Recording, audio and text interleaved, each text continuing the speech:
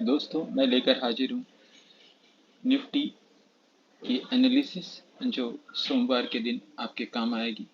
इससे पहले एनालिसिस शुरू करें, आए देखें कि आज मार्केट में किस तरह काम किया। हमारी कल की एनालिसिस आपके कुछ काम आई या नहीं। दोस्तों जैसे कि मैंने बताया था, मार्केट गैप अप खुलने का अंदेशा, तो मार्केट गैप अप खुला। तो मेरा पहला ध्यान यही था कि मार्केट कल की क्लोजिंग से ऊपर खुला है, राइट। क्लोजिंग के ऊपर खुला है, तो जब इसने इस कैंडल की हाई को काट दिया तभी ये कंफर्म हो गया था कि ये ऊपर ही जाएगा। पर चूंकि आप देखेंगे ये काफ़ी कैंडल बड़ा था, तो मैं ये सोचने लगा कि स्टॉप लॉस क्या लगाऊं। इतना बड़ा स्टॉप लॉस शायद अच्छा नहीं, क्योंकि मार्केट नीचे की तरफ ही आ सकता है। ऑल टुगेदर मार्केट का मूड माहौल जो है पूरी तरह से नेगेटिव दिख रहा था मुझे, इसलिए मैंने यहाँ ट्रेड को इनिशिएट नहीं किया। तो जैसे मैंने कहा था, यदि मार्केट 19,000 को क्रॉस करता है तो मैं यहाँ ट्रेड लेना चाहूँगा, राइट। आपने यदि देखा होगा पिछला वीडियो, तो मैंने यहाँ एक छोटे से 15 पॉइंट के स्टॉप लॉस के साथ, यानी 750 पॉइंट के स्टॉप लॉस के साथ मैंने ये ट्रेड को इनिशिएट किया, और एक छोटे से प्रॉफिट आते ही मैंने इस ट्रेड को क्लोज कर दिया। दोस्तों बड़ा प्रॉफिट जरूरी नहीं है, जरूरी है कि आप छोटा छोटा प्रॉफिट भी हो तो उसे कैप्चर कर लें, क्योंकि जैसे आपको पता है ऑप्शन ट्रेडिंग निहायत ही रिस्की होता है। जितना जल्दी आप डिसीजन लेंगे उतना अच्छा है। एक तो आप समय यदि इसमें लगाते हैं तो ऑप्शन डीके भी होते हैं आपके, राइट। और जितना समय आप लेंगे ट्रेड को ख़त्म करने में उतना वो चीज़ होता है। दोस्तों इस तरह मार्केट, जैसे हमने कहा था, 19,100 तक तो नहीं पहुंच पाया, पर 19,076 यानी 24 पॉइंट के नीचे ही वो क्लोज हुआ। इस स्थान पे भी काफ़ी मन किया, पर चूंकि यहाँ रेजिस्टेंस लाइन ऑलरेडी ड्रॉन थी जिसने मुझे सेफ किया। मैं जब तक ये क्रॉस नहीं करे, मैंने ये सोच लिया था कि मैं आगे के ट्रेड के लिए एग्जीक्यूट नहीं करूँगा, राइट। तो उम्मीद है आप सभी लोगों ने, जिसने भी वीडियो देखा होगा, इसका फ़ायदा ले पाए होंगे। दोस्तों अब आते हैं सोमवार के दिन के लिए एनालिसिस करते हैं। जो फिलहाल मुझे लग रहा है, अगर इसी चार्ट को मैं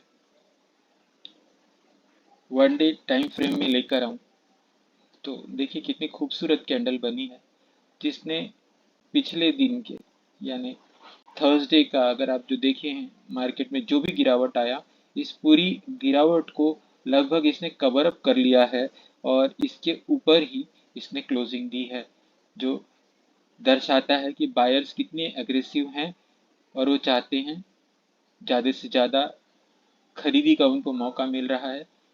शायद most of the share 25 to 30% discounted rate पे अवेलेबल है, इस वजह से काफ़ी एग्रेसिव बाइंग हुई और मार्केट ऊपर गया। और मैं उम्मीद करता हूँ कि ये आगे भी जारी रहेगा, जबकि हम में इसे पॉजिटिव नहीं लेना चाहिए, क्योंकि अभी भी जितना मैं समझता हूँ, जितना मेरा एक्सपीरियंस है, उसके बिना पे यही कहना चाहूँगा आप लोगों को कि मैं अभी फ़िलहाल मुझे मार्केट में पॉजिटिवनेस दिखता नहीं है, राइट।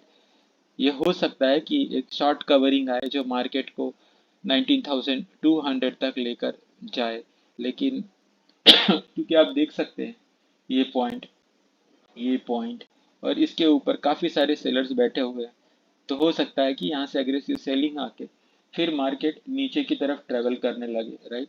तो यहाँ से यदि मार्केट ऊपर की तरफ जाएगा तो ये करीबन 19,200 तक, यहाँ तक ट्रेवल करने के बाद हो सकता है फिर ये नीचे आए और पुनः 18,800, 18,700 या 18,600 तक ये अपना पड़ाव करे, और फिर वहाँ से फिर से एक ऊपर की तरफ कवरिंग आए।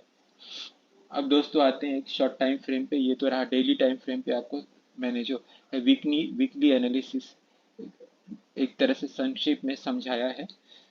जरूरी नहीं कि जैसे मैं बता रहा हूँ वैसे होवे, इसलिए मैं हमेशा कहता हूँ कि मार्केट में जब आप आते हैं तो एक न्यूट्रल स्टेट ऑफ माइंड में आइए, ये सोच के कि मुझे कुछ पता ही नहीं है, जब इस अवस्था में आप रहेंगे तो हर कैंडल आपको अपनी खुद की साइकोलॉजी, यानी वो क्या करने वाली है, उसका नेचर क्या है, वो खुद बताएगी ना। तो हम क्यों मेहनत करें उसके लिए, हम न्यूट्रल स्टेट ऑफ माइंड में ही रहें। अब आते हैं दोस्तों 5 मिनट के टाइम फ्रेम पे। देखिए 5 मिनट के टाइम फ्रेम पे आज का जो चार्ट है निहायत ही खूबसूरत है।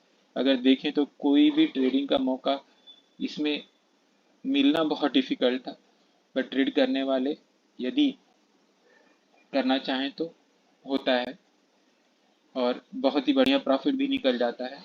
आप देखिए मार्केट ने यहाँ मौका दिया, मार्केट ने यहाँ मौका दिया, सेलिंग का बाइंग का दोनों दिया हुआ है। हाँ, इसमें हम कोई बहुत बड़ा प्रॉफिट नहीं बना सकते, पर निहायत ही अच्छा है। अब रही बात सोमवार की, तो दोस्तों मुझे लगता है मार्केट तकरीबन 19,079 के आसपास, यानी मुझे लगता है कि गैप अप ओपनिंग होनी चाहिए। यदि ऐसा हुआ तो मार्केट यहाँ से सुबह जब खुलेगा तो हो सकता है ऊपर की तरफ ट्रेवल करने की कोशिश करे।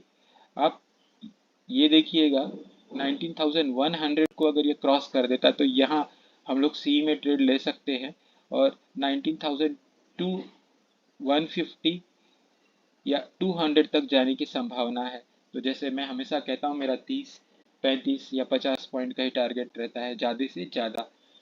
मैं छोटे से छोटा पॉइंट लेकर मार्केट से निकलने में ही खुश रहता हूँ।